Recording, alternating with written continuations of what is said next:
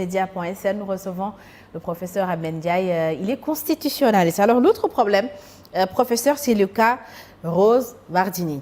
Sa candidature a été validée par le Conseil constitutionnel et sa double nationalité a été par la suite prouvée. L'affaire est même entre les mains de la justice.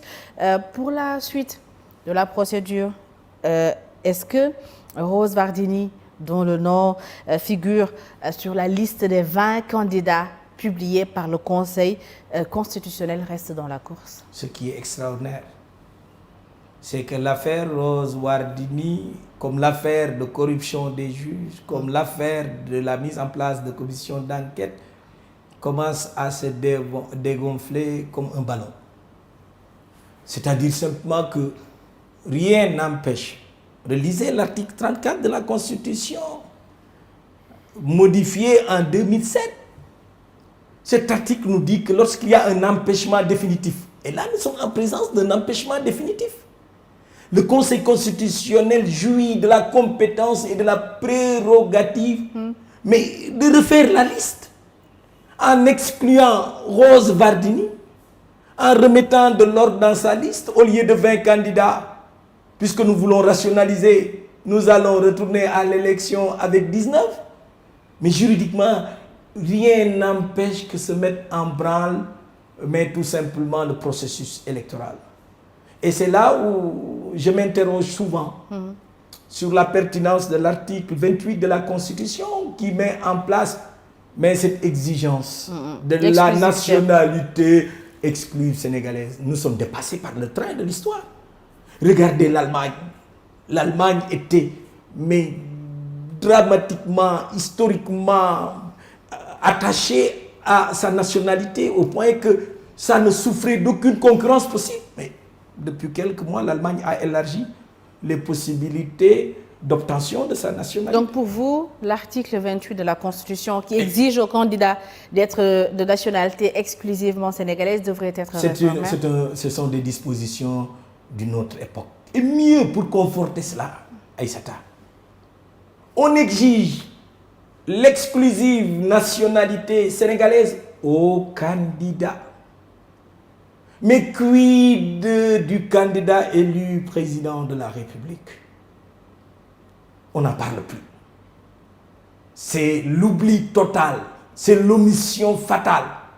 Qui s'intéresse aujourd'hui aux nationalités ou à la nationalité du président Macky Sall?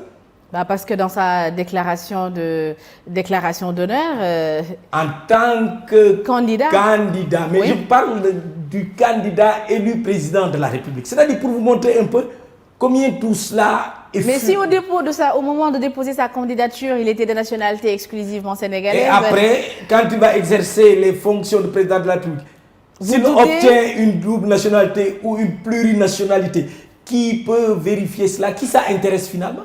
Ouais. Personne. C'est-à-dire que nous sommes encore dans le formalisme de l'après-indépendance. Nos textes sont très mal rédigés. Et là, je rends hommage, attention, permettez-moi de rendre hommage à un maître, à un esprit brillant, à un esprit intègre, le professeur El Hadj Boy, qui disait que finalement, avec la pauvre qualité d'écriture de nos textes, on peut les rendre corvéables, malléables et les instrumentaliser. Alors, professeur, est-ce que c'est une pauvre qualité d'écriture ou un problème d'interprétation des textes? Vous savez, le défaut de qualité des textes peuvent être surmontés par la qualité des hommes et des femmes qui les mettent en œuvre. Et vous verrez qu'en Afrique, c'est l'inverse qui se produit. Quelle que soit la qualité rédactionnelle des textes, il y aura toujours quelques gens sortis du maquis pour nous dire que finalement, le président de la République peut prétendre à un 3e mandat. Mais du haut de sa mansuétude, de sa magnanimité, il a décidé de renoncer à ce auquel il avait droit. Et vous voyez, ici en Afrique, lorsque les textes sont clairs, des gens téméraires sont capables, du haut de leurs privilèges, égoïstes, personnels. Comme on dit, nul ne peut. Mais en réalité, le problème qui se pose dans cette histoire, c'est que les textes sont clairs. Et chez nous, en droit, il y a une règle simple et élémentaire qui nous fait dire que l'interprétation cesse là où les textes sont clairs. Interprétation, c'est ça, in claris. Et ici, les textes sont clairs. Nul, je le répète, nul, je le répète une troisième fois, nul ne peut exercer plus de 2 mandats consécutifs.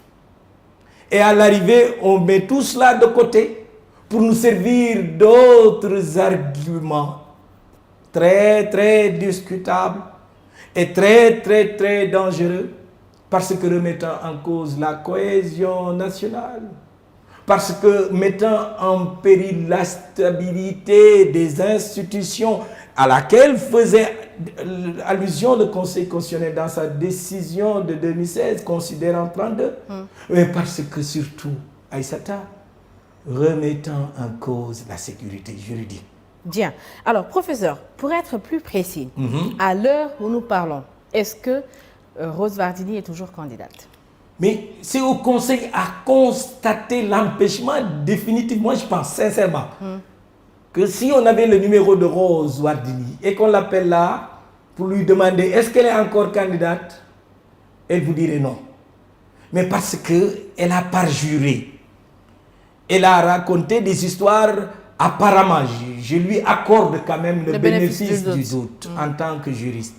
Mais ce que je veux dire, les conseils à les ressources, mais tout simplement de mettre de l'ordre dans tout cela. Soit elle nous revient avec des justificatifs suffisants pour témoigner de sa nationalité exclusive, soit le conseil constatant le parjure, mais décide de l'écarter tout bonnement et tout simplement de la liste remaniée et demander aux 19 candidats restants d'aller